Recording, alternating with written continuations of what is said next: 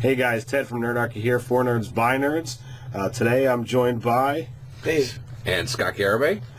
So we had a viewer request with all the stuff talking about Star Wars RPG. We got a request from Pandemonia. I'm sorry if I'm pronouncing that wrong, about how do we actually use the mechanics of Star Wars. But before we jump into that, why don't you jump down below, click on the link for our newsletter, click that. That's a great way to get tips. Sign up for a way to game with Nerdarchy. Now, on to the show. Wait. I've been reading the newsletter. It's great. I love getting it every day. It's really enjoyable. every week. We don't have to quite do it every day. Oh, yeah. You're right. You're right. When you first sign up, you get a couple. And yeah. That's why I thought I was getting more. Okay. Yeah. You get a couple when you just first sign up, and then, from there it's like weekly updates. But it's fun content, definitely. All right. So, the mechanics of Star Wars RPG. You're our guide along this path. Yeah, indeed. So, all right, so I'll jump in. So this game is really complex. It's a complex game. So we're going to start and just go through the dice, right? So we got 7 different dice within the thing. If you're going to actually use their dice, all the books actually have a conversion chart. If you don't want to buy dice, buy the dice. But come on, you guys are gaming nerds. You want to have more dice, don't you? Indeed. So I'll go through them. So these are the black dice, and they're D6s, okay? Now, it doesn't really matter that they're D6s. These are what are called setback dice. So I'm going to do the negative dice first, and then I'll do the positive dice. So what's really interesting is they don't the dice don't have any numbers on them. They have symbols. And so there's threat and disadvantage on these. And also, this is really critical, there's a blank side. Really interesting. There's blanks on the dice. So nothing can happen. Right, exactly. Which is really interesting because you're going to build a pool of dice. And so the next ones, these are D8s, and they're purple, and these are called difficulty dice. So this is really important. And so when you're building your pool, the DM says, "Oh, well, this is a moderately difficult. So take 2 of these purple dice." And so you put that in, and they're going to take successes from you, right? And they say, "Oh, you know what? It's dark. So here's going to be your setback dice." And so that represents that it's dark. And then, all right. So then what happens is you have these purple dice, right?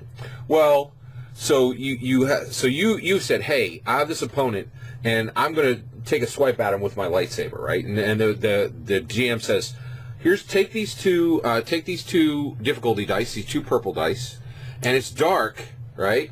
And so so you're going to take your setback dice. This is a challenge die, right? Now what happens is you don't just add it in. You take one of these purple away, and you upgrade the purple die to the red die, to the challenge die, and that represents that the target you were about to swing on, he's a Sith, and right? D12, right? Right, a D12. And this die, it's the 3rd negative dice. It contains it has all those other symbols. It has threat symbols and disadvantage symbols, or it has failure symbols and threat symbols. Okay, failure and threat, and it has this special symbol, which is right there, and it's a despair symbol. Right, and a despair symbol that just sounds bad. Ooh. Yeah, it is. It's the worst, right? So it's these 3. It's your sorry. Yeah. So it is these 3. It's your purple dice, your black dice, and your red dice, and those are your negatives. So I'd only worry if there was a pit of despair. Right. Yeah. There you go. That's good. For any of you Princess Bride fans. Yeah, indeed. Or the Pit of Sarlacc, one or the other, which is the Star Wars Pit of Despair.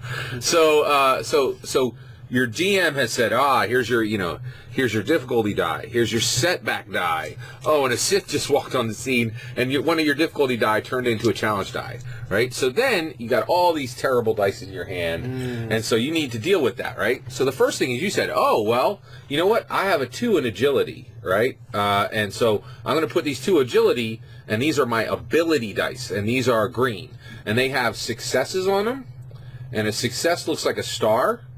And they also have advantage. And that advantage looks like a rebel symbol with wings, right? And so the advantage, and so you can get a success or you can get an advantage, right? So success cancels out a failure.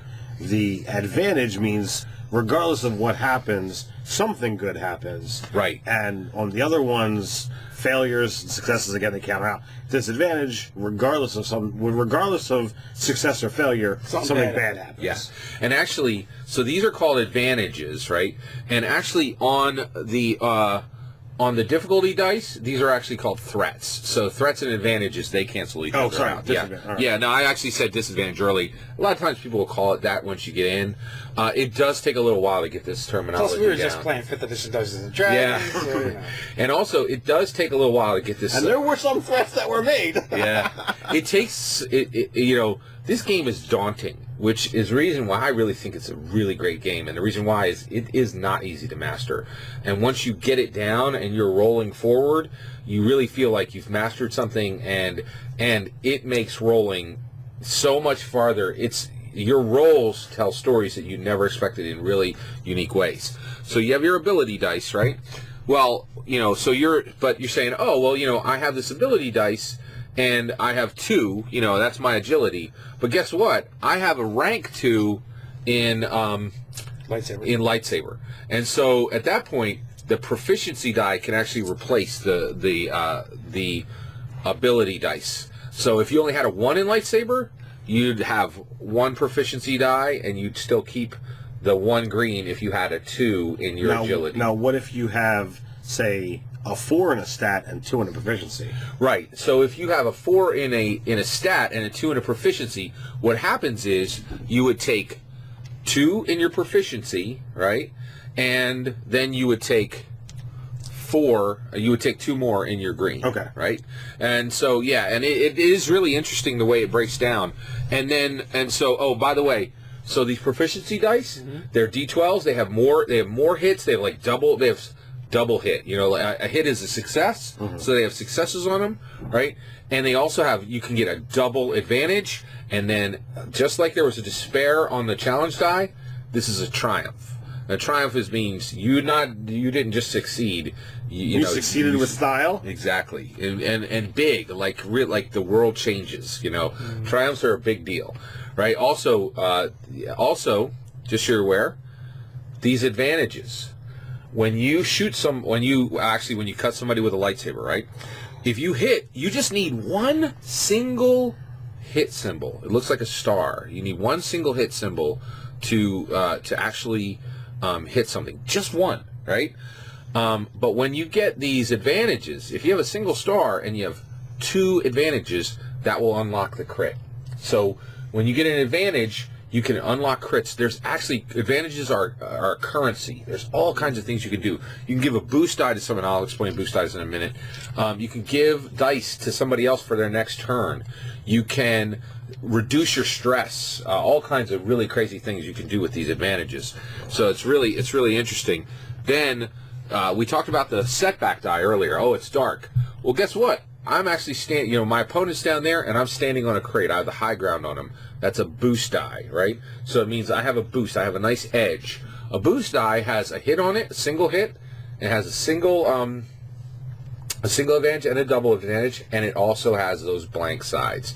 So boost dice are a step down from the proficiency dice, okay? And so that's important as well. And boost dice, you can throw those in almost all the time. They're really, you throw them in a lot. Thank you. So you can just throw them in there, and actually, I'll pull together my pull. There's one last die. This dice is almost never used traditionally, right? It's not used to roll success or failure. This force die is a really important dice. It's rolled at the beginning of the game to determine the force pool, the amount of points that will be available, and whether those points are dark side points or light side points. Because guess what? Jedi can pull from the light and from the dark. But if you start pulling from the dark a lot, guess what road you're going to go down? Maybe Anakin Skywalker pulled from the dark pool a little too often, So that happens. And the Jedi also roll this pretty frequently. All right, so the boost die has 2 blanks. It has a double advantage, and a hit. And just a hit. Yep. Now, this is the die I'm concerned with, because I have two skills that whenever I roll those skills, I get 2 boost dice. Yeah, it's fantastic. So, it's really nice. So okay, we built a full. So we went with 2 proficiency dice and 2 ability dice. Yep. We went with 1 boost die and 1 challenge die. 2. No, those are the challenge die. Two The black is the setback. Oh, wait. Going against the Here, set. I'm sorry. Let me here. So I'm going to show these. These 2 purple dice. These are my difficulty. So I have 2 difficulty. Okay. But a Sith Lord is there, right? So I'm going to take one of these difficulties. I'm going to remove it. It gets upgraded to a challenge die. So I have a difficult. So I had 2 difficulty. Now I have 1 difficulty and 1 challenge. I know we said it was dark. It's dark, right? Well, so here's my setback, right? Yeah. So now I'm gonna. Here's my setback die. That's the black one. Okay. Now I have a lightsaber and I have agility of. Let's say I have agility of 4, and my lightsaber is 2, right? So I should start with 4 green, right? But what I'm going to do is I'm going to take 2 of the green and I'm going to convert them to these proficiency. The pool ends up with 2 green, 2 proficiency. Okay, they go there, and I'm on top of a crate, right? And I'm looking at so I'm going to swing down on them. So I have the high ground. So that's there. There's my whole pool, right? And we're going to roll that up. Yeah. All right, and let's convert it. Let's show what it gets, right? So here's a lot of stuff. So one of the things you do first, you're going to pull it all in just so we can see it, all right? So the first thing that happens is you pull out all your blanks. They don't even matter, okay? The second thing is here's a difficulty die, right? 2 failure. Here's a ability die, 2 successes. They just get swept away. They cancel, right? Now here is a threat on my setback die, and here is an advantage on my ability die. They so just something good, something bad. They get swept over here. Now. The challenge die, the big sucker that we were looking to make sure we didn't get was a despair. We did not get a despair. We got 1 failure and 1 threat. Now, this has, and actually that perfectly matches 1 hit, 1 advantage. They go over here, and what happens is I got 2 successes. So I succeed and I have an extra success, okay? And I don't have any advantage, okay? So that means I succeeded, and extra successes really don't do much for you, okay? What your optimal roll is if you got 1 success and then you got a nice double advantage or a single advantage. So let's say I got a single advantage. So 1, I hit that Sith, right? But my buddy, he has a probe droid over there, right? Now he's like, half a mile away, but he's got a probe droid there, and he's going to try to fire, maybe make a distraction for the Sith, right? So the first thing I do with this advantage is I'm going to say, oh, hey, Carl, my buddy over there, you get this boost die for your next roll from the advantage. Or let's say I took like 6 stress because I realized it was a Sith. Say, you know what? I hit him. I'm going to do my damage, but with this advantage, I'm going to reduce my stress by 2 points, right? So now my stress goes down to 4.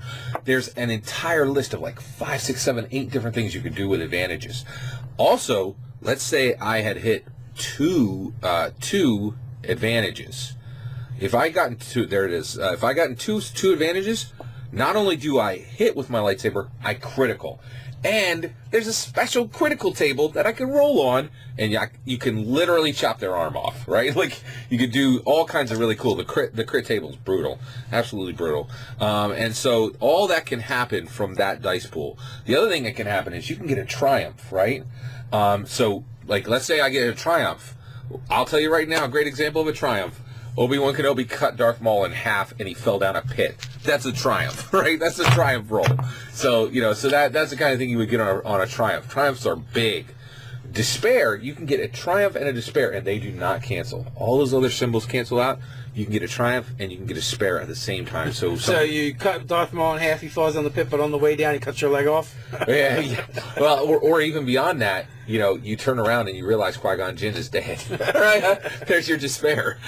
So it's really crazy. And one of the things is, I can't say enough about this game. I actually, I really feel that this game is super, super special. And one of the things I think this is the future of the industry. Well, real quick, because to make it more useful for our viewers.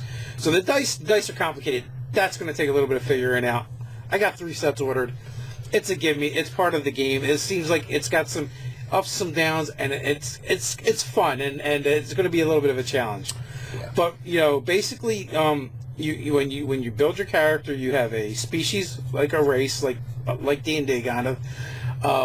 You have a class. Yep. And you pick your class, and within your class, you have a specialty. Yeah. So, which again is kind of like 5th edition if you think about it, because you have your class and then you have your archetype. Right. Now, actually, classes are called careers. But yeah, go ahead. Yeah, they're called careers. Yeah. You're right. Go ahead. And in addition to that, it's a very heavily skill-based system. Yeah, absolutely. You have 6 attributes that Very make up similar. a character. Well, actually, the other thing is it has talents, and the talents are they're actually, I would say they're more like feats. Yeah. They're like And feats so it's or actually powers. it's really talent heavy, and skills are interesting and helpful. But it's really talent based. You could also look at the talents as your quote-unquote class features. Yeah. And as opposed to saying, well, I gotta wait till 11th level to get this. No, you just choose to specialize and go directly towards the thing you want. So if you play your points right, you can get that 11th level power at starting at the cost of everything else. In addition to what you're saying is, like, although it is a class-based system, it's not level-based. It's a point buy. Correct. Yeah. So you're building. You're essentially building the type of character you want within the number of points you have. Yeah, absolutely. So, for instance, you made your character, Dave, and you went incredibly stat heavy. I technically was buying off of like 3 or 4 different trees. I went talent heavy. So, yeah, and you can go in a lot of different directions, and it really is fascinating. And so, but the big thing is once you have those dice in your hand, you are actually kind of telling a story with the dice, and the dice can really go in a lot of different directions. There's a lot of outcomes that can come from it, far more open than pass fail or success failure. So, and that's really interesting. And when you see that in the game and things, and it really, the other thing I think is great is it really taxes a game master. Like, you have to work harder to come up with things right out of the gate, and also, but I think one of the things is the book does a lot to equip GMs to be ready for that and to go down that road, which is really nice. How much player agency is involved with those dice pools? There is quite a bit. So one of the things that you can do is you can literally, especially for advantage, you can say, I'm going to, a perfect example is, let's say you come down onto a planet and the air is not breathable, right? And you're saying, oh, well, I want to check the equipment we had, and you come up with a success and an advantage. You can literally say, oh, here's the rebreathers in this, in this specific crate. So that's almost like a Fate-esque kind of aspect. Absolutely. But it's brought upon by the dice, so it's still kind of random. And there's a mechanic in it. Yeah, absolutely. So player agency is there. It's more controlled, though, because you can only get it if the advantage is there. So, the dice have to say yes first. Yeah, absolutely. Which is really why I've got 2 boost dice for vigilance. Yeah, and it's a big deal. Boost dice are really helpful. The other thing is, there's a lot of gaming of the dice, and so there's like this little sub game of really knowing what the dice is. The other thing is that I think is really interesting is it's its own language, and so when you've played, in your first game or two, it's a little clunky, right? Now, if your GM's played it a lot, they can really kind of help speed that along. But what we've hit in our other campaigns, some of the other campaigns I've played in, the players are really building their own pools and really thinking, oh, okay, well, I can get rid of, my slicing ability allows me to get rid of this setback dice. And they start speaking that language of ability, proficiency, boost, challenge, difficulty, setback, force die. And the dice pool is its own language that both the players and the game masters get used to. The other thing is it's a little bit like Magic the Gathering. It reminds me of Magic the Gathering in that there's a high level of complexity with the rules, and so it really rewards players who really want to get in and make it a little crunchy. It's really kind of interesting. Let me ask you this question. Perception is based off cunning, right? Mm-hmm. So what would require a perception check? I mean, I know what it does in 5th edition. What would bring that into question for? So actually, perception is really split into 2. It's vigilance and cunning, right? So cunning is cunning would be knowing, like when a smuggler comes up and tries to say, oh yeah, I can definitely take you out of the port 2 days from now. It's going to cost you 12,000 credits, and the person's lying and they're going to take all your money and just go. Cunning would help with that. Vigilance is you're actually on a planet, and you've just set up base, and there's some creatures around, and vigilance would help you to see those creatures that are coming, like a nexus. Okay, so right? I was saying perception. I thought vigilance was off of intellect. Well, that's a good question.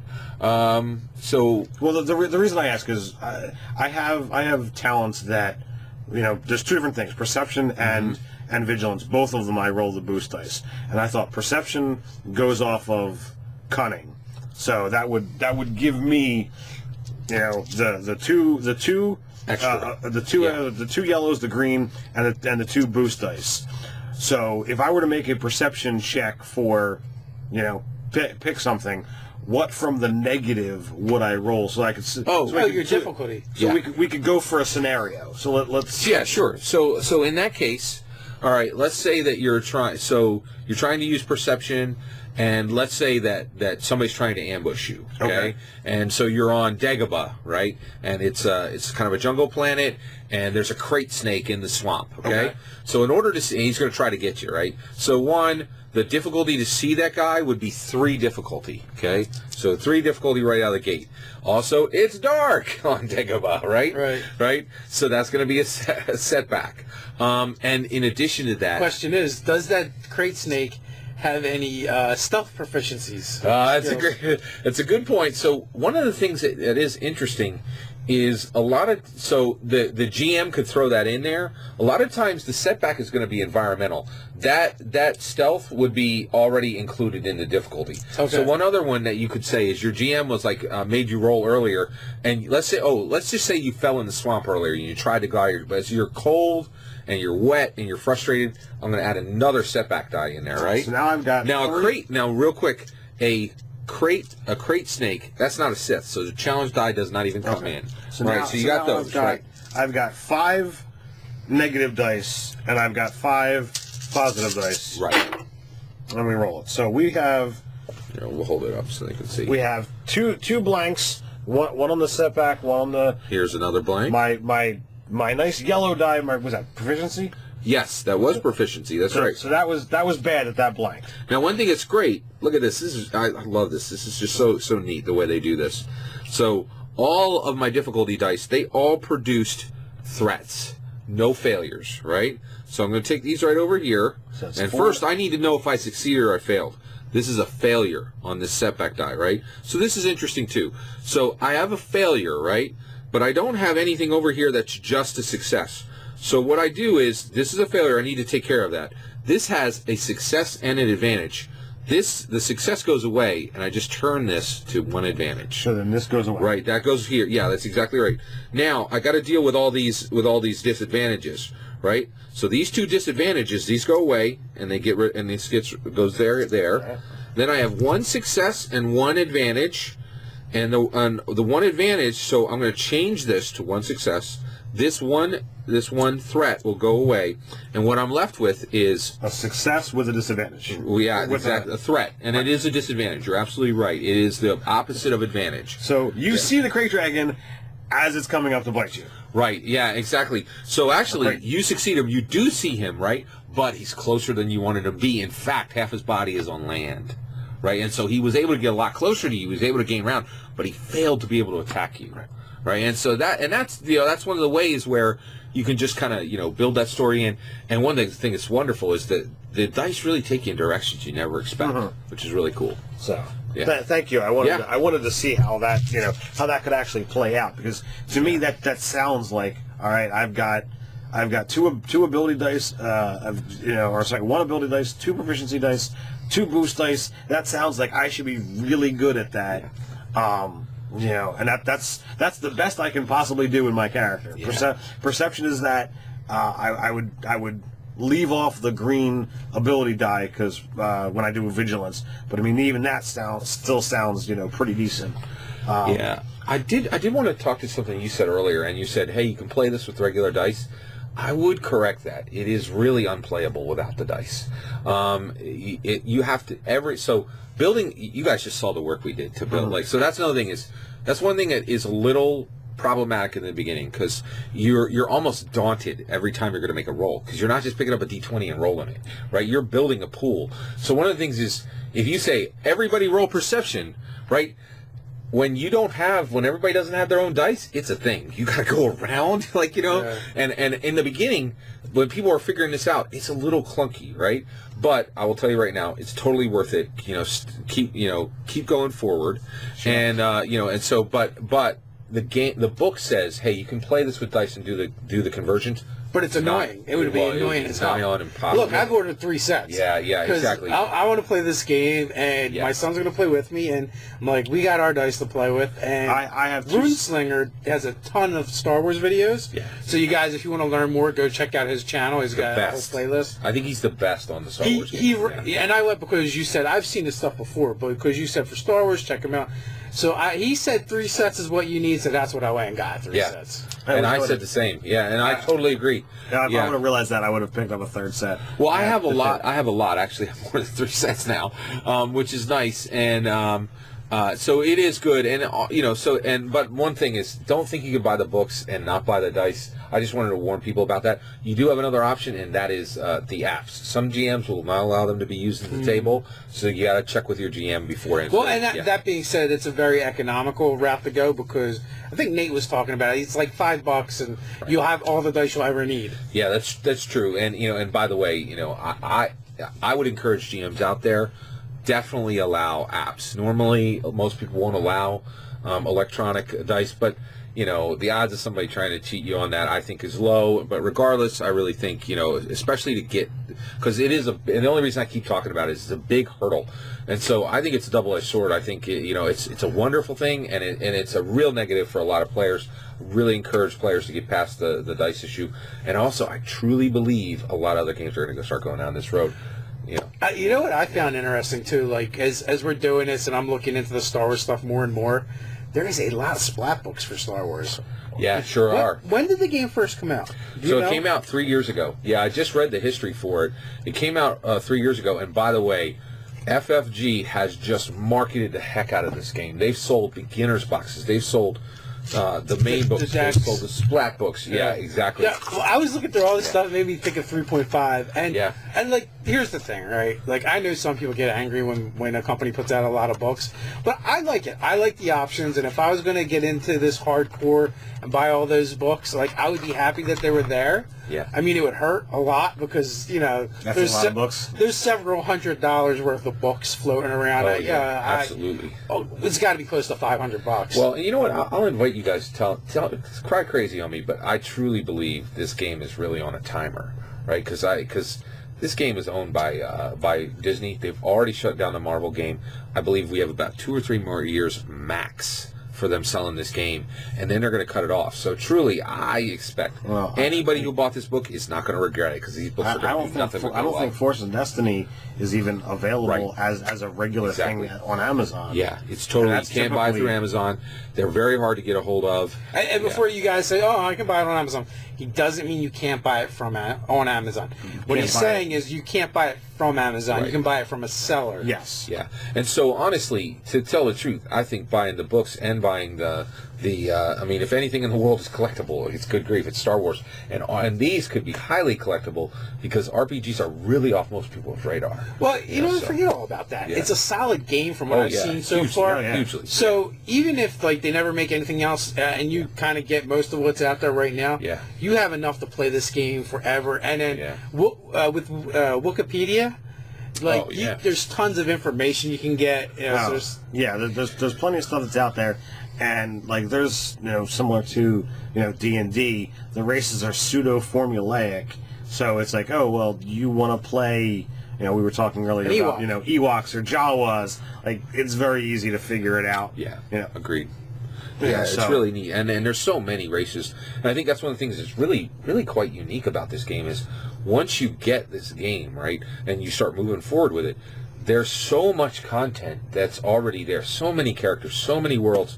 Every single book has a map filled with literally 150. After having looked at some of this stuff, I really feel like 5th edition took a look at this game before they did their thing, there's some elements in there, especially the way the careers are built. Yep. And the species, everything's very Specialization, modular. yeah.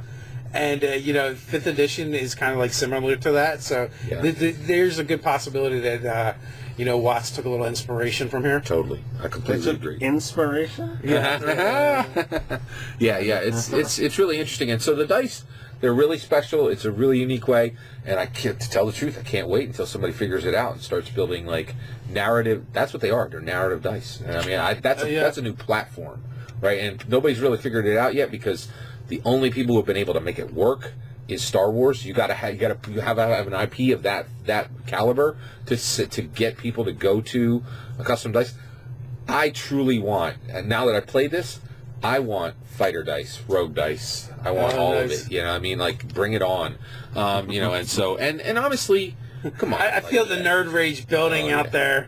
And honestly, I think it's an opportunity out there for fantasy to come along and say, hey, custom dice for all of this, and really start to build it out. I think it's really kind of a neat concept.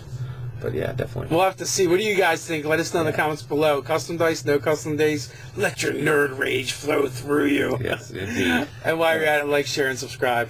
Thanks, Scott, for going over some of this, not only for us but for our audience out there. You can check us out on nerdarchy.com. And until next time, stay nerdy.